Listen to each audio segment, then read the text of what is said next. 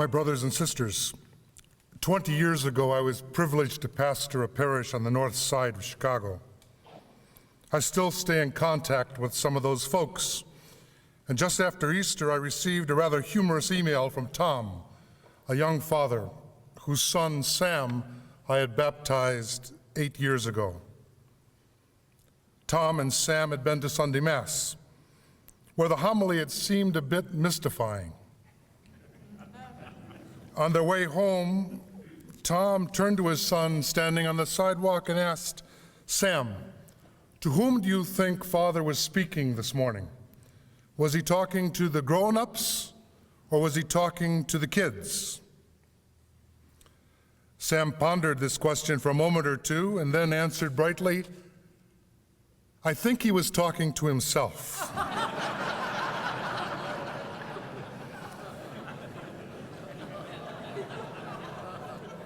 While talking to oneself is regrettably an occupational hazard of preachers, I trust that I'm able to speak for all of you and for myself as well, as I congratulate Father Mark Francis on his selection as the 7th president of Catholic Theological Union. During the years we shared in Rome, I worked beside Father Francis in the governance of the Union of Superiors General, and in 2005, participated with him as a member of the 11th Ordinary Session of the Synod of Bishops, which contemplated the great gift of the Eucharist. I'm also very grateful to call Father Francis my friend, and I rejoice that his formidable gifts are now placed at the service of the Church through the mission of this great institution. My own religious family, the Redemptorist Missionaries, is one of the 24 sponsoring communities of this union. And the experience as a Redemptorist of 40 years of vowed life colors these brief remarks. So does 35 years of priesthood and 3 years of episcopal ministry. In a special way, the gift of serving the Redemptorists and consecrated life at the international level leads me to describe the greatest challenge facing religious today, as well as the unique service that can be provided by the Catholic Theological Union. I believe that there is a broad anxiety among consecrated people concerning their identity. In an age that is characterized by rapid and fundamental changes in both the Church and society, consecrated people ask, who are we? What really distinguishes our vocation? Where do we fit in? For a number of reasons, I believe that the ecclesial sense of consecrated life is the biggest challenge faced by sisters, brothers, and religious priests. Let me use a couple of contrasting experiences to illustrate my point. Part of my service as Superior General of the Redemptorists was visiting my brothers in the 78 countries where we minister. The visit to a local community often included a courtesy call to the local bishop. While there were some difficult conversations, most of these encounters were rather pleasant. I recall that a number of ordinaries would want to assure me of their appreciation for the service of the Redemptorists in the local church entrusted to their care. And they would often use words like this: "Father General, I'm very grateful for your confreres. They are very cooperative with the diocese. In fact, unless I think about it, I can't really distinguish them from the diocesan clergy." What was good news for the local ordinary did not have the same effect on me. On the other hand, the years in our General Council, as well as work in the Holy See, gave me almost daily contact with men and women religious from across the world. This relationship provoked in me some anxiety regarding the enduring presence of what the instruction Mutue Relationis calls a serious error. I refer to an exaggerated juxtaposition between religious life and the structures of the Church, as if they could subsist as 2 distinct realities, one charismatic, the other institutional.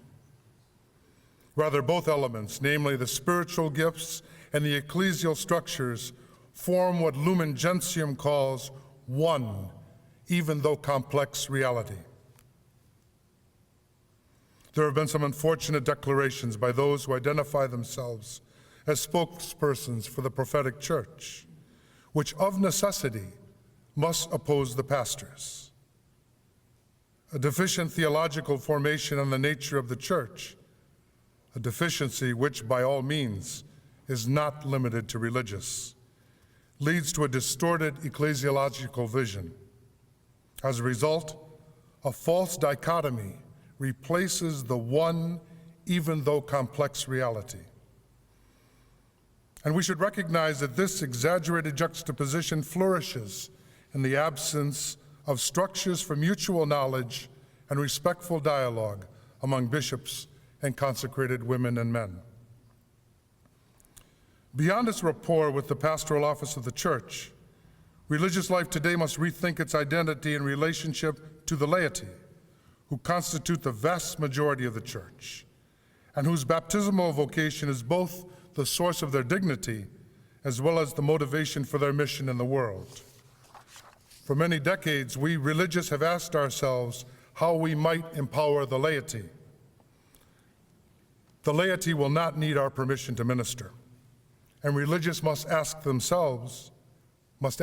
ourselves, what will be our witness in a massively lay church?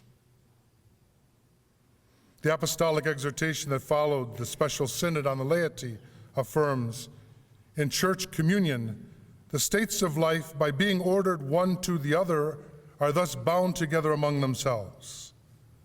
They all share in a deeply basic meaning, that of being the manner of living out the commonly shared Christian dignity and the universal call to holiness in the perfection of love. They are different, yet complementary. I believe that one of the gifts that the Catholic Theological Union can offer the church is to help her develop a theology of religious life that better understands where religious fit. In the absence of such a resource, there is a tendency to reduce consecrated life either to a base pragmatism that envisions religious simply as providers of specific services in a local church, or to a checklist of traditional mores that may or may not be adequately sustained by an authentic theology. The Magisterium has offered us great gifts in its declarations from Perfecte Caritatis to Vita Consecrata, but there still is work to be done. Beyond academic speculation, the particular composition of the faculty and student body of this institution can make it a sort of laboratory of communion, which addresses the interests and gifts of religious, seminarians, and lay students, while underscoring the ways in which these particular vocations may complement one another. An essential element for such a laboratory is a respect, even reverential environment, which supports and encourages all the different vocations that enrich this school. Finally, I never say in conclusion, because someone once defined second wind as what happens when a Redemptor says in conclusion.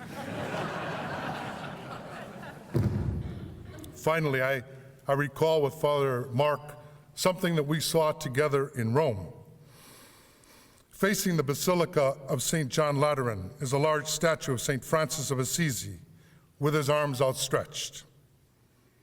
If you stand behind the statue at a certain distance, it looks as if St. Francis is holding up the church. This recalls the dream of Pope Innocent III in 1209, when he saw the church upheld by the arms of Francis. The location of the statue also recalls the number of days that the Pope Innocent kept the friars waiting outside the door.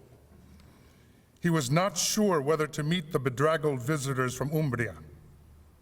Finally, the dream, as well as the influence of his confessor, helped Innocent to overcome his scruples and meet the friars. Like the disciple John, who stood before the empty tomb waiting for Peter, Francis and his companions hung in there, waiting before the facade of the Mother Church of all Christendom, waiting for its pastor to meet them so that they could enter together. The work of the Catholic Theological Union can help religious better understand that our way of life is part of the organic communion with the whole Church, which is continuously enriched by the Spirit with a variety of ministries and charisms. CTU can also help us to wait. Last spring, another Francis, who is both pastor and a consecrated person, met with the leaders of religious life from Latin America and the Caribbean. An official transcript of his remarks made by Pope Francis during his hour-long audience with the leaders of CLAR has been published and, perhaps significantly, has never been denied by the Vatican. According to the transcript, Pope Francis exhorted the religious, "Say you err or make a blunder, it happens. Maybe you'll receive a letter from the Congregation for the Doctrine of the Faith, saying that they were told this or that thing. But don't let it bother you. Explain what you have to explain, but keep going forward. Open doors. Do something where life is calling out to you." As I renew my congratulations to my friend, Father Mark Francis, as well as to the administration, faculty, and student body of the Catholic Theological Union, I pray that this great institution will enrich the Church by helping consecrated men and women do something where life is calling us and to live fully the grandeur of our vocation. Thanks be to God.